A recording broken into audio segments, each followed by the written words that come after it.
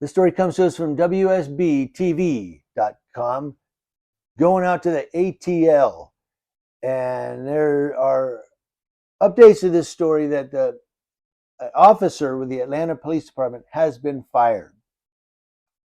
Now, why was he fired? Well, the Atlanta Police Department said the death of a Metro Atlanta pastor in police custody has caused a change in the Atlanta PD policy for motorists who refuse to sign a citation. Now, the death of Johnny Holman has been the focus of plenty of news reporting in recent weeks, but now a medical examiner's report obtained by Channel 2 investigative reporter Mark Wynn adds new important information. The family's attorney, Mawuli Davis, told Channel 2 investigative reporter Mark Wynn that body cam video shows Holman did not refuse to sign the ticket, but he said 3 times he would sign it. I'll sign it. I'll sign it. I'll sign it. Davis says the video indicates an officer was impatient with how long it took Holman to say he would sign it. Holman, a grandfather and church deacon, died after he was tased and handcuffed by an Atlanta police officer after a minor traffic accident. According to police, he refused to sign a traffic citation during the stop in August and then became combative. They always say that. Oh, he was combative. He lost consciousness at some point at the stop, and later he died at the hospital. Now, the autopsy shows a taser did play a role in Holman's death, but there were other significant factors involved. The report does list the manner of death as a homicide, Dr. Sullivan says, but she also says in terms of the medical examiner parlance, that just means he died as a result of the actions of another person, not necessarily that there was a crime involved. That would have to be determined by the legal system. So you have police officer tases this church deacon on a minor traffic accident. Church deacon dies. Medical examiner's report says it was a homicide. They say it was a cop that was involved. Oh, no crime was committed. They'll figure it out in court. Sullivan said the autopsy also determined that Holman's left main coronary artery was 90% blocked, and 2 other coronary arteries were 75% blocked. These are the arteries that feed blood to the heart. So you had one that was 90% blocked, 2 others 75% blocked. He's not getting all the blood that he needs to his heart. Now, medical examiner Melissa Sims Stanley wrote a report, which she conducted the autopsy.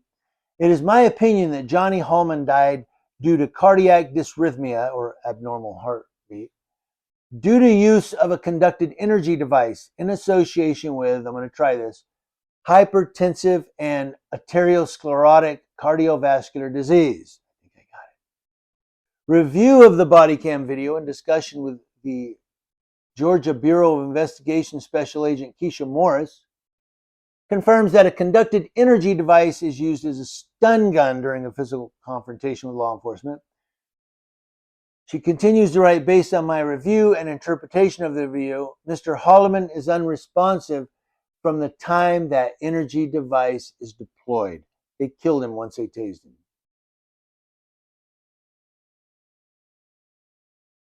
Now, a statement from the Atlanta Police Department after the incident determined Holman was the at-fault driver. The officer attempted to issue a traffic citation to the at-fault driver. However, the driver became agitated and uncooperative. The officer attempted to take the driver into custody, but he resisted, and a struggle ensued. After several minutes of struggling with the driver, the officer utilized his taser and, with the help of a witness, placed him into handcuffs. Once the driver was in handcuffs, the officer realized he was unresponsive and requested EMS to the scene. He's already gone at that point. All this over, you were at fault in the accident. So write up the police report that way and send him a citation. Doesn't have to necessarily sign it. Gets it in the mail. You got to go to court, bud. We found you to be at fault. And don't say, well, they don't do it that way. They could do it that way. Family attorney Mawuli Davis said the family believes, based on the report, that the physical attack, as Davis put it, by a 23-year-old officer in combination with a 62-year-old's pre-existing ailments caused Holman's death.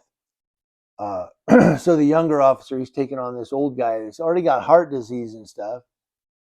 Davis said the injuries to his body described in the report underscore the need for the body cam video to be released immediately.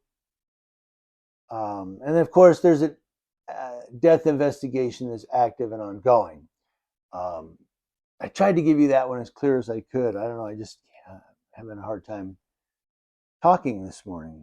Now we need some Java juice. But the bottom line here is, you have a minor traffic accident. This cop wants to say, so you're at fault. I'm going to give you a citation. They're saying in the body cam, he said 3 times he would sign it. The cop became agitated. He's a young cop, 23 years old. Hadn't been a cop that long. Maybe he got offended. Oh, you're gonna, you know what? I got other things to do today, man. I can't stand here and argue with you. I'm gonna tase you in a minute. You know, I don't know how it went. I'm just thinking up here. But I do know one thing. This young officer tased this church deacon who had heart and blood issues, or heart and circulatory issues, and the church deacon ended up deceased. We know that.